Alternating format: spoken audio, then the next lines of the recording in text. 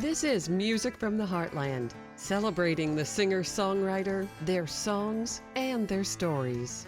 For this Master Series episode, show creator and host Eric Gnezda's special guest is three-time Grammy Award winner, humanitarian, author, and singer-songwriter Janis Ian. Funding provided by The Ohio State University, James Cancer Hospital, and Solove Research Institute. No two people are exactly alike, and neither are their cancers. At the James, we believe there is no routine cancer. Learn more at cancer.osu.edu/cancer. Funding also provided by Jobs Ohio. Ohioans take flight. That's one small step for man. When innovation is in your DNA, the possibilities are sky high. Ohio, a place to live, learn, work, innovate, play, and fly.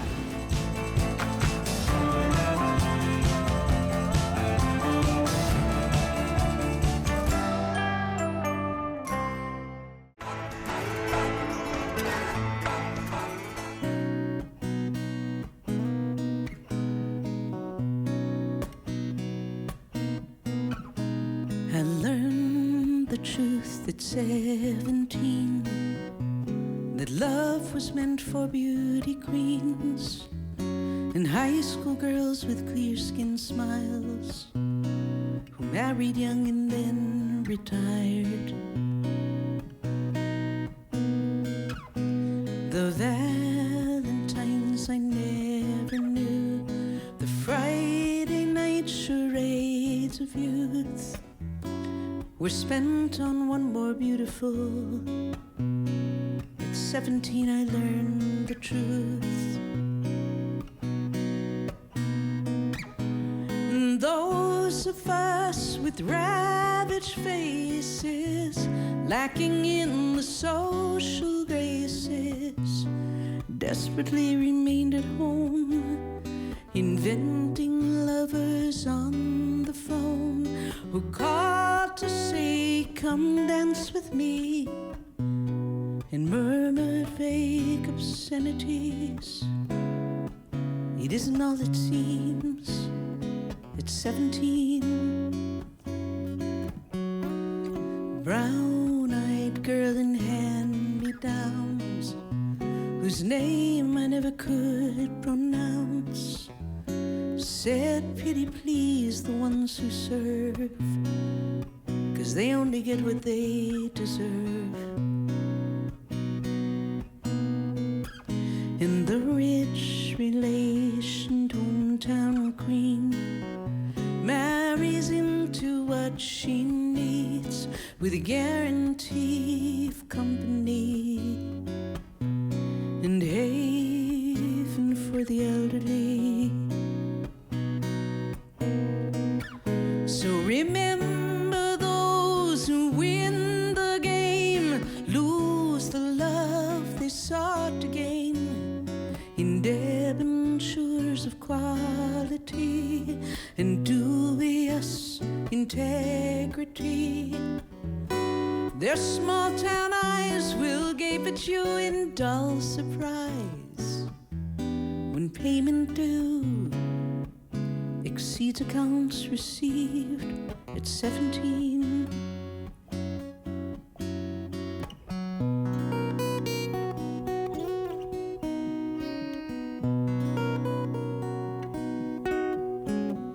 To those of us who knew the pain of Valentines that never came, and those whose names were never called when choosing sides for basketball, it was long ago and far away, and the world was younger than today, when dreams were all they gave for free to ugly duckling girls like me. We all play the game, and when we dare, we cheat ourselves desert solitaire, inventing lovers on the phone, repenting other lives unknown. They call and say, come on and dance with me, and murmur vague obscenities at ugly girls like me at 17.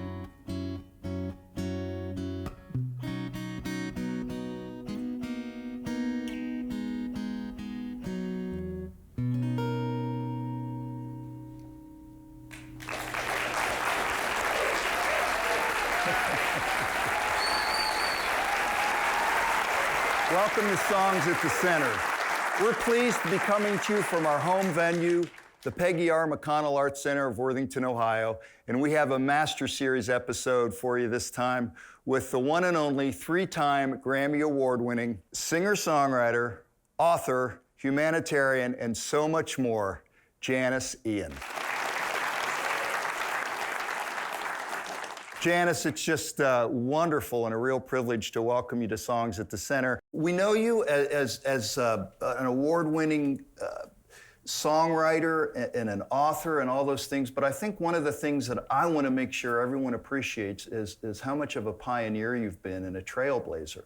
I was really lucky that my parents raised me to think that I could be whatever I wanted to be.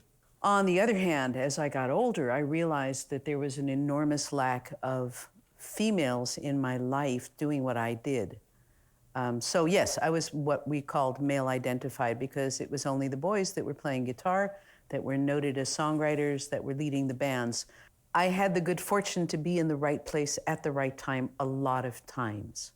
And when I was writing my autobiography, and I started looking at it, I thought, it's a bit like being Zelig, in that, yeah, I was there with Jimi Hendrix watching B.B. King when Martin Luther King died, or was murdered.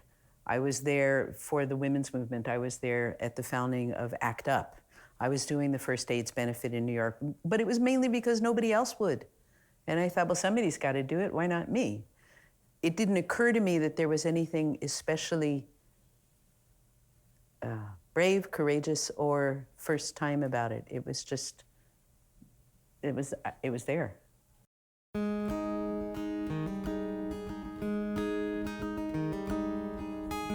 See these lines on my face, they're a map of where I've been.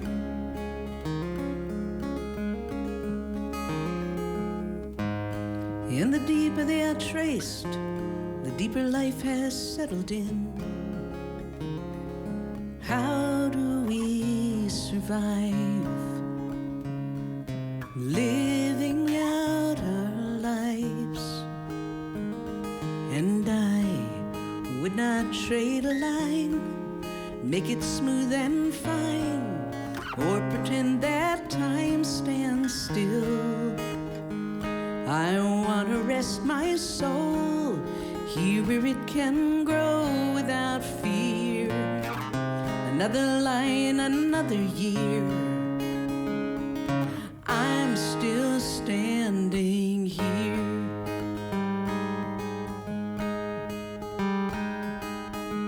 See these marks on my skin, they are the lyric of my life.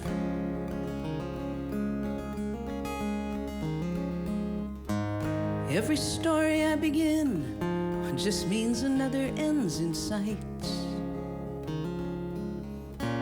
Only lovers understand. Skin just covers who I am. And I would not trade a line, make it smooth and fine, or pretend that time stands still. I want to rest my soul here where it can grow without fear. Another line, another year, I'm still standing here. See these bruises, see these scars, hieroglyphs that tell the tale. You can read them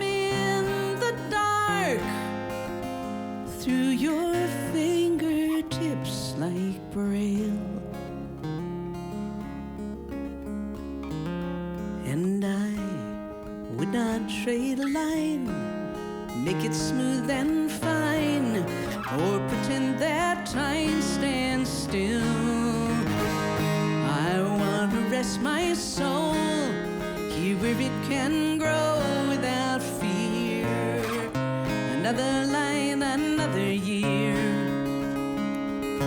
I'm still standing here.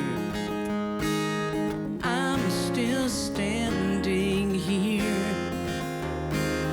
I'm still standing here.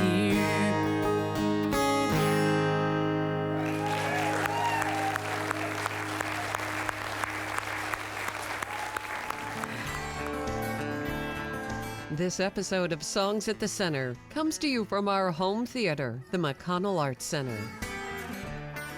You say that, you believe that the glass is always half full, that things always turn out. It's the in-between to getting there that's tough.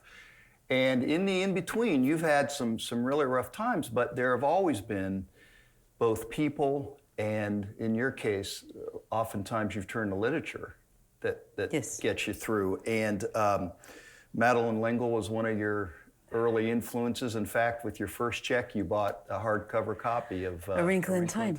I still own it. She Yeah. autographed it for me decades later, yeah. And then Arthur Rimbaud said, it really resonated with you at an important part in your life that to be an artist means that before you're a mother, before you're a human being, before you're anything else, you have to make that commitment to be an artist.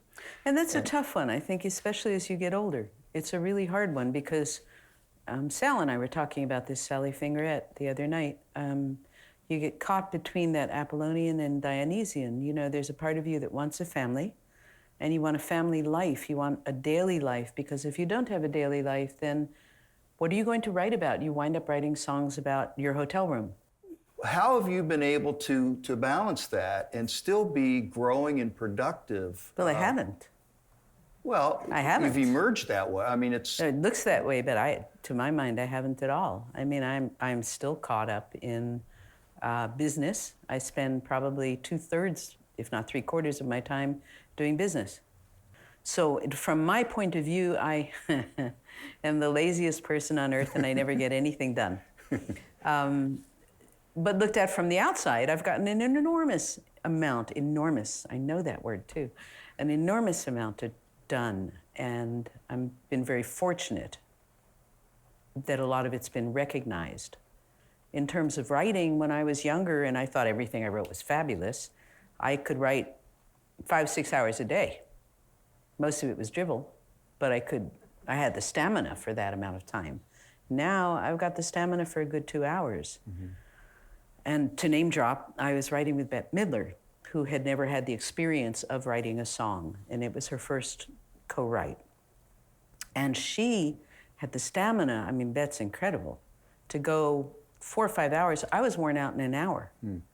Somebody once asked me what being really talented was like, and from my point of view, I was born with a lot of talent. I really lucked in because I was born with a lot of talent. I was born with good eye-hand coordination. I was born with good left brain, right brain coordination. Those are lucky things.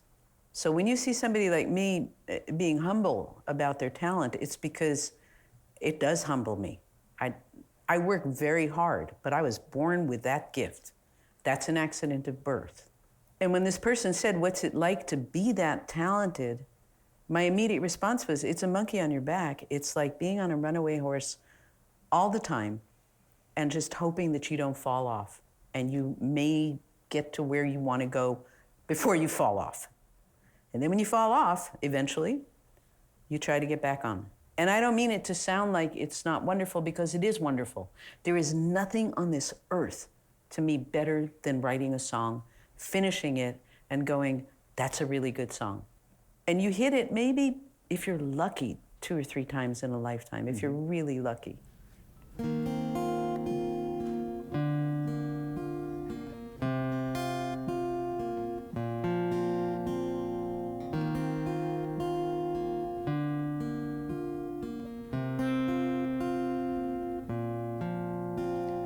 I was once a stranger stranger here, running from a land of fear. I left my home and friends behind. I left the love that might be mine. I was once a stranger here.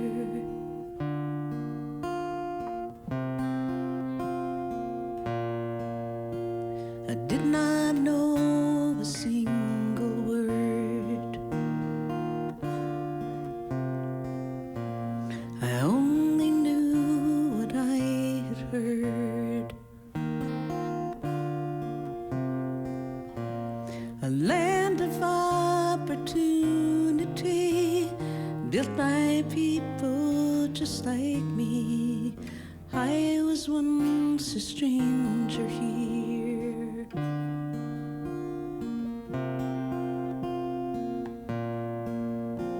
In my old town, there's a lot of fear. One wrong word and you disappear. No one dares shed a single tear. It gets smaller every year.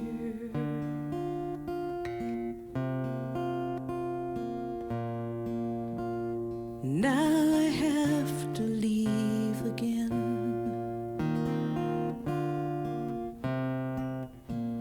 Leave my family, leave my friends. I don't know where they're sending me, but I know that I will be a stranger there.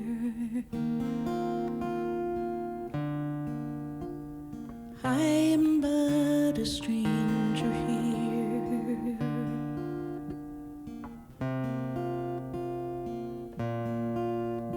Yes, I was once a stranger here.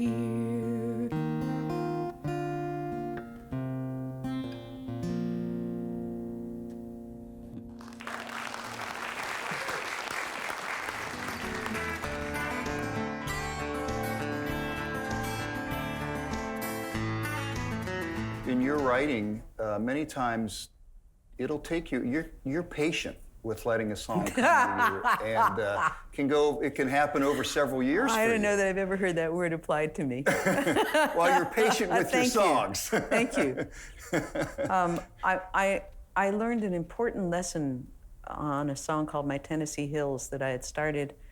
I just had a chorus. The chorus was, I'll go home, where the wildflowers roam, and the dawn over mountain tops spills, where the deer pause in flight on the edge of the night. I'll go home to my Tennessee hills. I had that chorus for maybe 4 years, and I'd put it away because at a certain point as a songwriter, you realize when you've got something really good, but you're not ready to finish it, and you don't push on that river, you let it go. Right. And I was looking at it one day and I thought, by gosh, that's a George Jones song. And it was finished in an hour because I just wrote it as though I was George Jones singing it. And then it all made sense. The patience, I think, comes in knowing when to stop as an artist, knowing what not to finish, at least for me. You take a song like Jessie. Jessie, come home, there's a hole in the bed where we slept. Now it's growing cold. That's very simple. I was 13 when I started writing that, 20 when I finished it. I didn't know about being left. I didn't know about having a lover. But I knew what it was to feel lost because I felt like Billie Holiday being dead was a huge loss. And that sounds absurd, but I took it very personally that Billie Holiday had died before I ever got to meet her. It was a huge loss for me as an artist. Mm-hmm. So, in a lot of different smaller areas, I knew what it was to feel a loss, and I also knew that without a light, that person would never find their way home. Jessie, come home. There's a hole in the bed where we slept. Now it's growing cold. Hey, Jesse, your face in the place where we lay by the hearth, all apart. It hangs on the heart, and I'm leaving a light on the stairs. No, I'm not scared. I wait for you.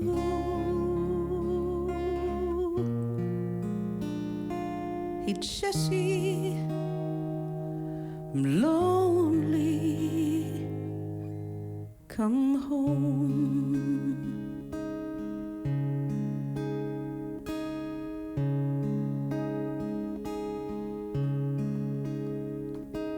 Jesse, the floors and the boards,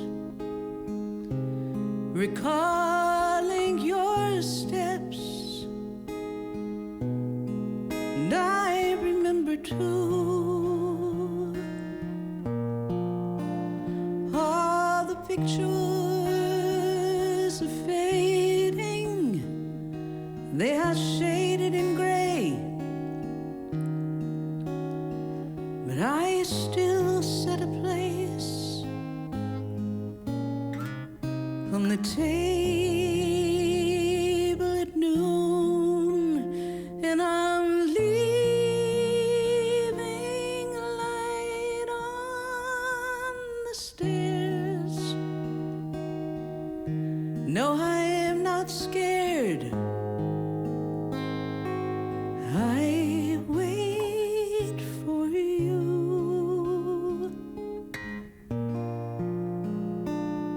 Hey, Jesse, I'm lonely. Come home.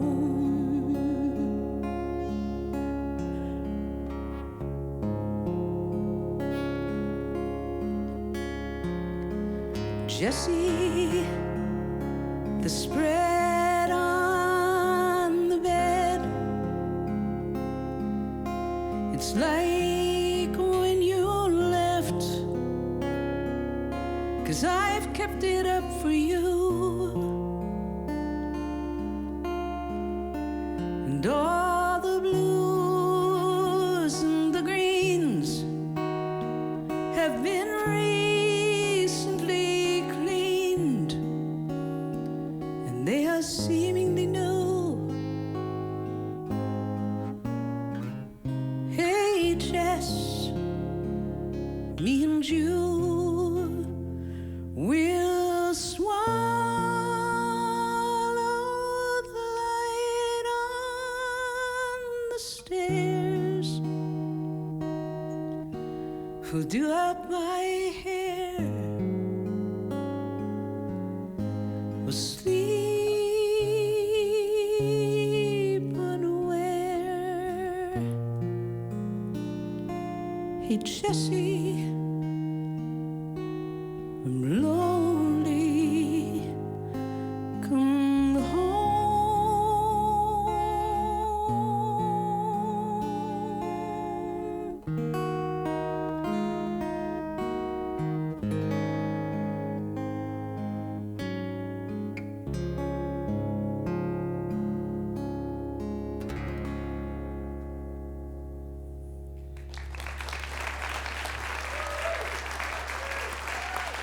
Thank you. Thank you for being with us from the Peggy R. McConnell Arts Center in Worthington, Ohio. We hope that you'll continue to tune into public television stations all across America, where you'll always find Songs at the Center. I'm Eric Gnezda. We'll see you next time. Funding for Songs at the Center provided by Jobs Ohio. Ohioans take flight. One small step for man. When innovation is in your DNA, the possibilities are sky high. Ohio, a place to live, Learn, work, innovate, play, and fly.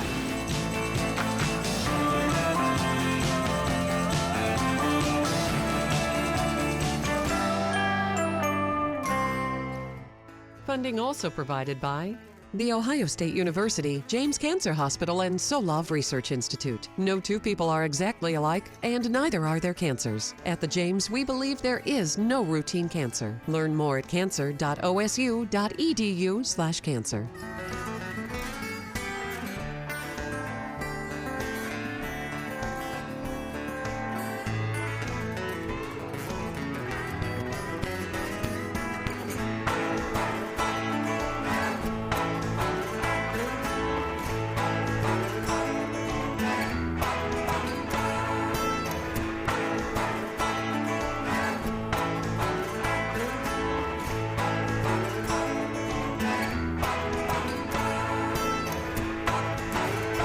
Learn more about Songs at the Center at songsatthecenter.tv.